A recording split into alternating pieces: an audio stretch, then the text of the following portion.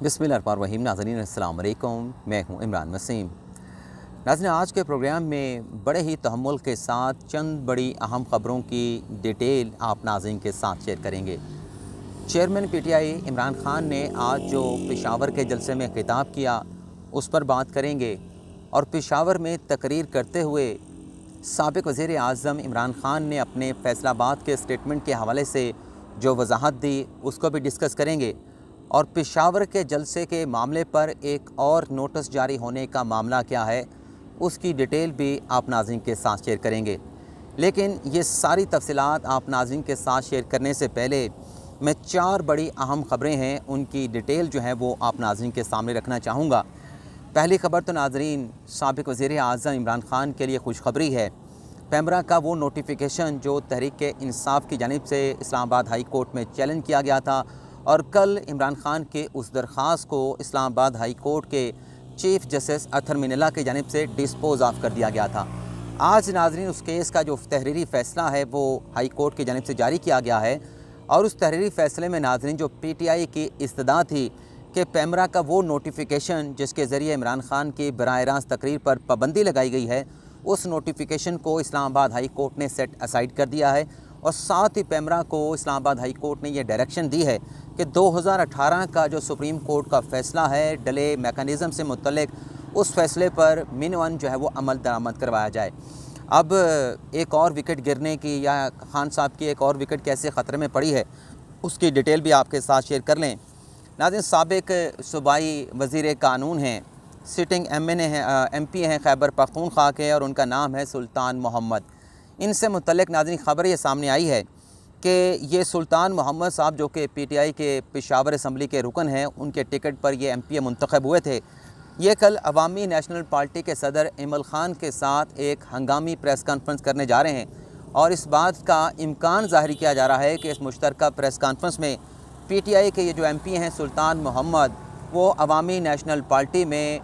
शमूलियत का जो है वो ऐलान करेंगे। तो ये एक बुरी ख़बर आप कह सकते हैं कि चेयरमैन पीटीआई और पाकिस्तान तहरीक इंसाफ के लिए है। तीसरी नाज़रीन ख़बर यह है जो कि लाहौर की मकामी अदालत से इमरान खान साहब के लिए एक और बुरी ख़बर है। ख़बर नाज़रीन यह है कि सेशन अदालत में लाहौर की सेशन अदालत में एक शेख मुज़फ़्फ़र हुसैन नामी शहरी ने दरख्वास्त दायर की है कि इमरान खान ने जो फैसलाबाद में फ़ौज से मुतल्लिक बयान दिया वो गद्दारी के ज़ुमरे में आता है और उस दरख्वास्त में कहा यह गया है कि फ़ौज का एक जवान से लेके जो आर्मी चीफ़ तक जो आला फ़ौजी ऑफ़िसर है वो तमाम के तमाम मुहब्बे वतन होते हैं। लेकिन इमरान खान ने जो फैसलाबाद के जलसे में मुहब्बे वतन और गैर मुहब्बे वतन फ़ौजी ऑफ़िसरान की आर्मी चीफ़ की तशरीह की है, ये इस बयान से जो है वो पाकिस्तान के अवाम के और मेरे जो है वो जज्बात मजरूह हुए हैं। तो लिहाजा इमरान खान के ख़िलाफ़ बगावत का गद्दारी का मुकदमा दर्ज किया जाए। इस केस की नाज़रीन समाअत भी हुई है और इस केस की समाअत में जो सेशन अदालत के जज साहब थे उन्होंने 10 सितंबर तक जो थाना समनाबाद के SHO हैं, क्योंकि पहले ये जो शेख मुज़फ़्फ़र हुसैन साहब हैं वो थाना समनाबाद के SHO के पास गए थे कि ये मेरी कंप्लेंट है, इमरान खान के ख़िलाफ़ मुकदमा दर्ज करें, लेकिन वहाँ पे उनकी कंप्लेंट पर मुकदमा दर्ज नहीं हुआ था तो उन्होंने अदालत से रुजू किया था। तो आज सेशन अदालत ने मुतलका थाने के SHO से 10 सितंबर तक रिपोर्ट तलब की है कि आएँ और बताएँ कि शहरी की दरख्वास्त पर मुकदमा जो है वो दर्ज क्यों नहीं किया गया। चौथी जो ख़बर है नाज़रीन वो भी आपके साथ जल्दी शेयर कर लें। नाज़रीन जो तहरीक इंसाफ के सेक्रेटरी जनरल हैं असद उमर साहब, पता नहीं आज उनकी ज़बान फिसल गई और पता नहीं क्या हुआ उनके साथ कि वो कुछ ऐसा कह गए, यानी वो इमरान खान साहब का जो स्टेटमेंट है एयरवाई न्यूज़ के प्रोग्राम में वो उसकी वजाहत कर रहे थे। खान साहब ने कुछ ऐसा नहीं कहा, बल्कि खान साहब के कहने का मकसद ये था कि जो जरदारी है, जो नवाज शरीफ है, वो अपनी मर्ज़ी का जो है वो आर्मी चीफ़ लगाना चाहते हैं। ये उन्होंने वजाहत पेश की कि खान साहब का जो बयान है उसे तोड़ मरोड़ के पेश किया जा रहा है। और अगली बात में उन्होंने अपने स्टेटमेंट की जो वजाहत कर रहे थे खान साहब के स्टेटमेंट की, उसकी उन्होंने खुद ही कंट्राडिक्शन कर दी, क्योंकि अगले लम्हे, अगले फ़िक्रे में, अगले जुमले में असद उमर साहब ने यह कहा कि ये जो जरदारी साहब और नवाज शरीफ साहब अपनी मर्ज़ी का आर्मी चीफ़ लगाना चाहते हैं, इन्हें नहीं मालूम कि आर्मी चीफ़ की अपॉइंटमेंट की जब नोटिफिकेशन साइन होता है, उसकी समरी की जब स्याही खुश्क होती है तो आर्मी चीफ़ बन जाता है, वो किसी का हमायती नहीं रहता। अब ये जो उन्होंने बात की, इनसे पूछे असद उमर साहब से कि आपको क्या नहीं मालूम था, इमरान खान साहब को ये नहीं मालूम था जब उन्होंने स्टेटमेंट दिया कि ये अपनी मर्ज़ी का आर्मी चीफ़ लगाना चाहते हैं, तो जब आपको ये मालूम था, इमरान खान को भी मालूम ही होगा, क्योंकि आप कहते हैं कि हम पार्टी इजलास में इस किस्म की बातें करते रहते हैं कि आर्मी चीफ किसी का नहीं होता, आर्मी चीफ होता है, वो अपने इदारे को देखता है, सिक्योरिटी के मामलात को देखता है, पाकिस्तान के दीगर जो सिक्योरिटी से जुड़े हुए मामलात हैं उनको देखता है, तो आर्मी चीफ किसी का नहीं होता। तो क्या इमरान खान साहब को ये मालूम नहीं था? और अगर खान साहब को ये मालूम था कि आर्मी चीफ किसी को सपोर्ट नहीं करता, तो फिर खान साहब ने ये स्टेटमेंट क्यों दिया? और दूसरा, अगर असद उमर साहब को, जिनको सियासत में आए इतना अरसा नहीं हुआ, उन्हें ये बात मालूम है, तो क्या चेयरमैन पीटीआई इमरान खान जो कहते हैं कि मेरी 26 साल की सियासी जद्दोजहद है, उन्हें मालूम नहीं है कि आर्मी चीफ किसी का नहीं होता? और दूसरा, जिनसे मुतल्लिक ये कह रहे हैं कि जरदारी और नवाज शरीफ अपनी मर्ज़ी का, अपना पसंद का आर्मी चीफ लगाना चाहते हैं, क्या उन्हें नहीं मालूम कि आर्मी चीफ कभी भी मर्ज़ी का लाया जाए, लेकिन जो आप उससे चाहते हैं वो कभी उस तरह की ख्वाहिशात पूरी नहीं होती? आपको मालूम है, आपके चेयरमैन को मालूम नहीं, और जरदारी और नवाज शरीफ को भी मालूम नहीं। अब आ जाते हैं कि एक और नोटिस जो पेशावर में जलसा हुआ वो किस मामले पे जारी हुआ, पहले उसकी डिटेल आपके साथ शेयर कर लें, और उसके बाद जो खान साहब की स्पीच है उस पर भी आप नाज़रीन के साथ जो तफसीलात हैं और फिर जो हमारा उस पर इनपुट है वो भी आपके साथ शेयर करेंगे। नोटिस नाज़रीन इस मामले पे जारी हुआ है कि जो पेशावर में NA 31 में जो तहरीक इंसाफ के MNA का इस्तीफ़ा मौजूदा स्पीकर कौमी असम्बली राजा परवेज़ अशरफ ने मंजूर किया था, वहाँ पे दरअसल पेशावर में ज़िमनी इलेक्शन होने जा रहा है, और आज का जो जलसा था पेशावर में वो भी उसी इलेक्शन की NA 31 की कैंपेन के सिलसिले में था।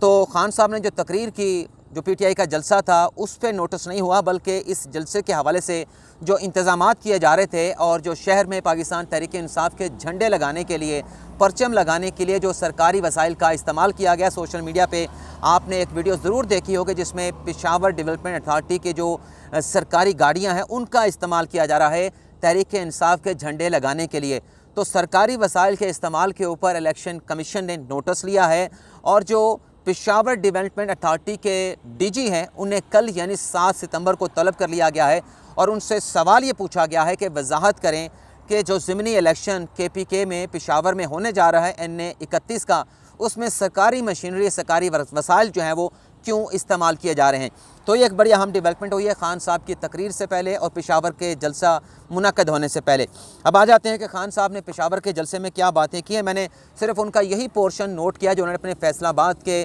कंट्रोवर्शियल स्टेटमेंट के हवाले से वजाहत दी है। पहले तो खान साहब ने जलसे के जो शुरका थे उनका शुक्रिया अदा किया, और उसका मतलब ये है कि खान साहब आज जो जलसे के शुरका थे, जो मजमा थे, जो तादाद आई थी, उससे खुश हुए। और हमने ये नोट किया है पिछले कुछ अरसों से, कुछ जलसों में कि खान साहब जब जलसा बड़ा होता है तो शुरका का शुक्रिया भी अदा करते हैं। इसके बाद नाज़रीन खान साहब ने कहा कि पहले जो मेरे ख़िलाफ़ मुनज़्ज़म प्रोपेगेंडा किया जा रहा है मैं उस पर बात करूँगा। ये कह के खान साहब ने कोई 10 से कोई 12 मिनट की तहमीद बांधी और फिर अपने असली मुद्दे के ऊपर आए। यानी कितना मुश्किल था खान साहब को अपने उस बयान की वजाहत देना। यानी 10 से 12 मिनट खान साहब ने सिर्फ तहमीद बांधने के लिए। फिर खान साहब ने कहा कि मुझे टेक्निकली जो है वो नाअहल कराना चाहते हैं, मेरे साथ ये सियासी मैदान में मुकाबला नहीं करना चाहते। तो आज जो खान साहब को जिस बात का खदशा है, खान साहब ने यही कुछ नवाज शरीफ के साथ भी किया था, और जिस केस में इकामे की बुनियाद पर नवाज शरीफ को डिस्क्वालीफाई किया गया था, आज भी वो अदालत का फ़ैसला उसे मज़े का खेस जो है वो कानूनी माहिरीन करार देते हैं। लेकिन बहरहाल खान साहब ने कहा कि इनकी दूसरी कोशिश ये है कि हमें फ़ौज से लड़वाएं, और इसलिए इनका जो पॉलिटिकल सेल है वो हमारे ख़िलाफ़ प्रोपेगेंडा कर रहा है, मुझे जो है वो फ़ौज के साथ लड़वाना चाहता है। इसके बाद खान साहब ने उसकी वजाहत पेश की कि मैंने फैसलाबाद का स्टेटमेंट दिया था, उसका मकसद ये था, मैंने ये कहा था कि जो आर्मी चीफ़ है उससे मेरिट पे उसकी सिलेक्शन होनी चाहिए। फिर इमरान खान साहब ने कहा कि इदारे मजबूत तब होते हैं जब मेरिट पे तकर्रियाँ होती हैं। इसमें मैंने क्या गलत बात की? अगर मेरिट पे आर्मी चीफ़ लगेगा तो इससे तो इदारे मजबूत होंगे। और फिर खान साहब ने यह भी कहा कि अगर अदलिया हमारी मजबूत होगी तो हमें इंसाफ मिलेगा। अब खान साहब से ये पूछे कि जब 7 अप्रैल 2022 का डिप्टी स्पीकर कासिम सूरी की रूलिंग से मुतल्लिक सुप्रीम कोर्ट ने फ़ैसला दिया था, तो आपने सवालात उठाए थे, आपके सोशल मीडिया की टीम ने, आपके पार्टी रहनुमा ने सवालात उठाए थे, और सोशल मीडिया पे इसी अदलिया के जिसकी आप इज़्ज़त और तकरीम की बात कर रहे थे, उन जजेस को जिन्होंने फ़ैसला दिया था उन्हें इम्पोर्टेड अमेरिकी जजेस कहा गया था। और फिर खान साहब ने अपनी तकरीर में ये भी कहा कि मैंने अपने सोशल मीडिया टीम को, अपने लोगों को कभी नहीं कहा, कभी इस बात की इजाज़त नहीं दी कि वो चीफ़ जस्टिस अतर मिनल्ला के ख़िलाफ़ कोई गलत बात करें, उनके ख़िलाफ़ कंपेन चलाएँ। तो नाज़रीन खान साहब ने जो कहा ये खान साहब के लिए हम छोड़ देते हैं, खान साहब को बता देते हैं कि आपकी हुकूमत तब्दील होने से कोई आप 2 महीने पीछे चले जाएँ, 3 महीने पीछे चले जाएँ, रिकॉर्ड निकाल के देखें जब चीफ़ जस्टिस अतर मिनल्ला मुख्तलिफ बुनियादी हकूक़ के केसेस में रिलीफ दे रहे थे, आपके सियासी मुखालफिन को रिलीफ दे रहे थे, सहाफ़ियों को रिलीफ दे रहे थे, तो आपकी सोशल मीडिया जो टीम है वो क्या हशर नशर कर रहे थे चीफ जस्टिस अतहर मिनल्ला का। और कल एक केस में उन्होंने इस बात का जिक्र भी किया कि एक सेट जो है वो पहले मुझे तनकीद का निशाना बनाता था, अब एक दूसरा सेट है जो हमें तनकीद का निशाना बना रहा है। इसके बाद नाज़रीन खान साहब ने कहा कि दूसरा मेरा मकसद ये था कि इन दोनों को तो आर्मी चीफ सेलेक्ट करने का मौका मिलना नहीं चाहिए। खान साहब ने कहा कि नवाज शरीफ मफरूर हैं, मुजरम हैं, इनका पैसा बाहर पड़ा हुआ है। और इस पूरे वजाहत में खान साहब ने जो फैसलाबाद का स्टेटमेंट था जिसमें उन्होंने कहा था कि अगर तगड़ा स्टेटमेंट अगर आर्मी चीफ आ गया, मुहिब वतन आर्मी चीफ आ गया, तो ये खान साहब के कहने का मकसद क्या था कि आर्मी चीफ या फ़ौज का कोई भी जवान, कोई भी ऑफिसर हो, उससे आप कैसे कह सकते हैं कि वो मुहिब वतन नहीं है। इस बात की उन्होंने कोई वजाहत पेश नहीं की। फिर खान साहब ने तीसरी बात ये की कि डाउन लीग्स का नवाज शरीफ ने जिक्र किया, और डाउन लीग्स के मामले का जिक्र करते हुए वो पाकिस्तान की आर्मी के साथ नहीं खड़े थे। तो आज खान साहब से सवाल पूछे कि क्या खान साहब आप पाकिस्तान की आर्मी के साथ खड़े हैं? आप कहते तो हैं कि पाकिस्तान की आर्मी मजबूत होगी तो हमें आज़ादी मिलेगी। आर्मी मजबूत होने से आपको किस बात की आज़ादी चाहिए? पाकिस्तान तो ऑलरेडी आज़ाद हो चुका है। आर्मी का काम, पाकिस्तान की फ़ौज का काम तो इस वक्त आज़ादी हासिल करना नहीं, जिस आप हकीकी आज़ादी की बात कर रहे हैं। फ़ौज का काम सरहदों की इंटरनल और एक्सटर्नल मुल्क की हिफाजत करना है। फिर खान साहब ने कहा कि जरदारी जो है उसने एडमिरल मौलन को ख़त लिखा कि मुझे बचाओ, इनको कैसे हम लगाने दे सकते हैं आर्मी चीफ, इनका पैसा तो बाहर पड़ा हुआ है। तो खान साहब ये आपको आज ख्याल क्यों आया? आपने ख़ुद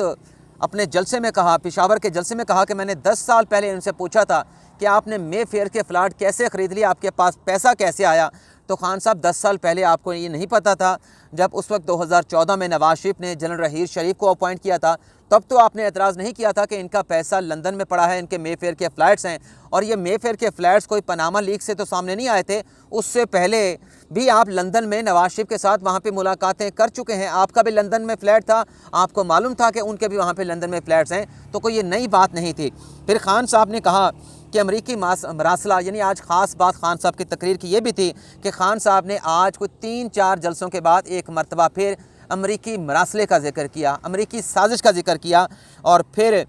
उसके बाद खान साहब ने फिर अदलिया की भी बात की, फ़ौज की भी बात की कि हम फ़ौज को मजबूत बनाना चाहते हैं। माजी के जो शरीफ ख़ानदान के, जरदारी के, सियासी मुखालफिन के, और जिन्हें वो अपना साफ़ती मुखालफ समझते हैं, उनके बयानात भी चलाएँ। अब मैंने जो एक बात नोट की है कि खान साहब तो उनके माजी के बयानात निकाल के अपने जलसों में चला रहे हैं। अब कुछ दिनों में मुस्तमिक नवाज़ जो है वो भी जो ज़िमनी इलेक्शन होने जा रहा है 9 हलकों में,